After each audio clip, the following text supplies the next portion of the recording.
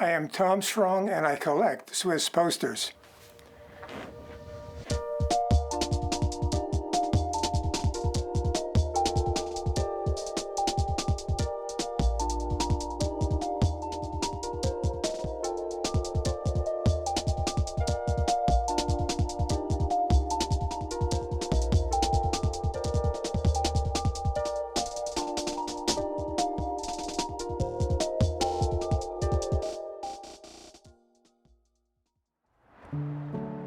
I love Swiss posters for some of these reasons, or most of these reasons. They're visually exciting, intriguing. They lead to new discoveries, new understandings that I didn't have before. I can wrap them in a transparency and foam core, and they weigh less than a pound. I can move them in bulk with no difficulty. And I can stack them in my apartment and change them whenever I need a fresh look.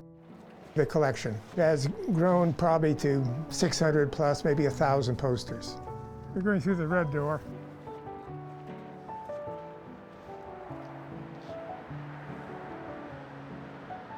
I'm sitting in my office of the firm known as Strong Cohen, 2 last names. My founding partner is Marjorie Cohen. Her daughter now is my partner. My name, if it matters, is Tom or Thomas Strong. Parents didn't give me a middle name. How did I get here? Born in Hanover, New Hampshire. I took care of the sheep and the chickens and knew nothing for graphic design. Graphics was information. The fact that you could do something with graphics on another level, I discovered here. I was here in the program across the street in the Yale Art School. Graphic design was in the basement. 1 floor above was a wonderful art history library with publications from Germany and Switzerland. Switzerland, TM, Typographische Monatsblätter. Did we have access to posters, large posters? No. At best, we could see them in a book published in Switzerland, a yearly account of the best Swiss posters, slightly larger or smaller than a Camel cigarette pack. But if you look at the posters here in the room, you realize this is miniature. But the thought that these existed at a larger size was tantalizing. And a good friend, someone in the year ahead of me, Christopher Pullman, had access to the poster reserve in Zurich and Basel. Chris went there to sound out whether there were teachers there who could come and add to the program. And he came home with extras. And he said, Tom, perhaps you'd like these. That is like rolling up the sleeves in drug parley, right? And I said, if he can find them, I can find them. So when there was enough money in the business, I would get on Swiss Air and fly away, and then knock on the door, and then add to the roll and carry them back on held luggage, and then wrap them and tack them to the walls where I worked in our office and other offices in New Haven. So that's how it started. The Swiss, and maybe only the Swiss, still design posters for what is known as a world format. It's approximately 60 inches tall and 36 inches wide, and it's in the golden proportion.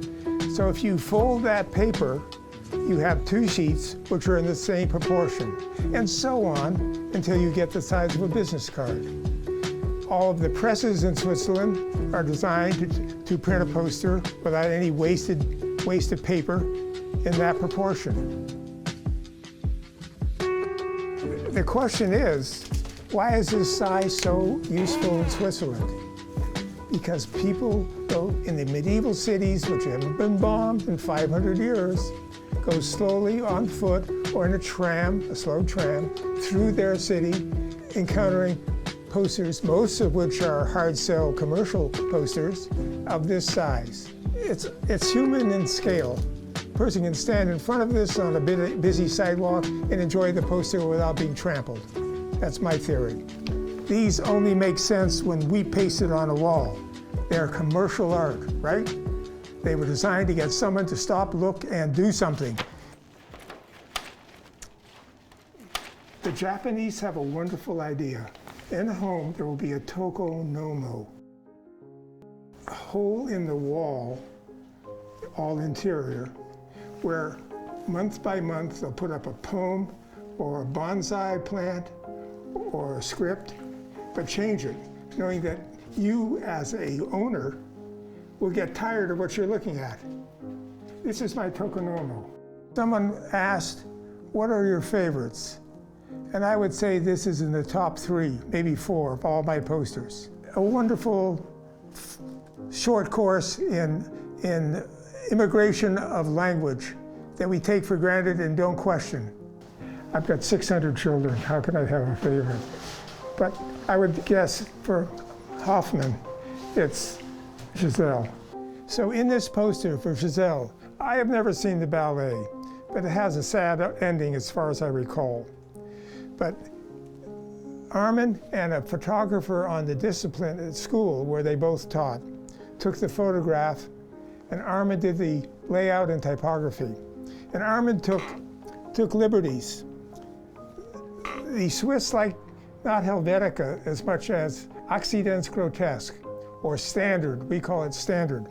And it's characteristic because the letters end in a diagonal as opposed to a flat plane. And the dots over the I are in fact, as you see up here, squares. But here is what a Swiss designer who has confidence of his client will make the type work wonderfully with the image. I'm missing the big point. Fuzzy, movement, stiff, but both vertical, and both having projection left-right. No head, no arm on the dancer. You bothered by it? I've never heard anyone say, that's unfair. You're looking now at a poster designed by Wolfgang Weingart, W-E-I-N-G-A-R-T, who grew up in southern Germany, heard the sounds of bombing in nearby Friedrichshafen, but his home was never bombed. He found his way in the passage of time to a trade school to learn how to set type and to impose metal type. Perhaps in the museum said it'd be great if you could have some reference to what everybody knows as a Swiss mountain, the Matterhorn, which is a tourist attraction beyond belief. There is thunder, there is storm, there's a half moon, black sun. I don't know why that's that color. And a red cross and a white cross. What's the white cross about? Who uses the white cross? The Swiss do in their flag.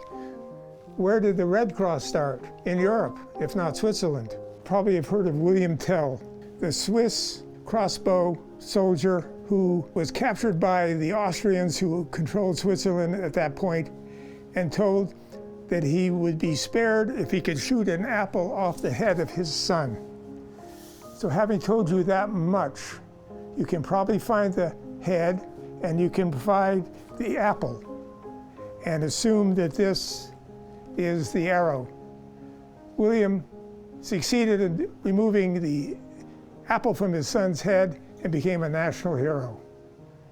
Because not only he was fearless, but he was a good shot. I don't know if this is true of all collectors, but the best of them seem to think, yes, it's grand that you're collecting, but what are you doing with it? And like others, you like to share it.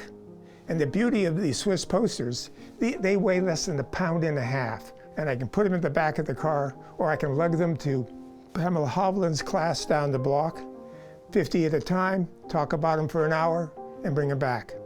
Why do I continue to collect Swiss posters? You find you like Beethoven.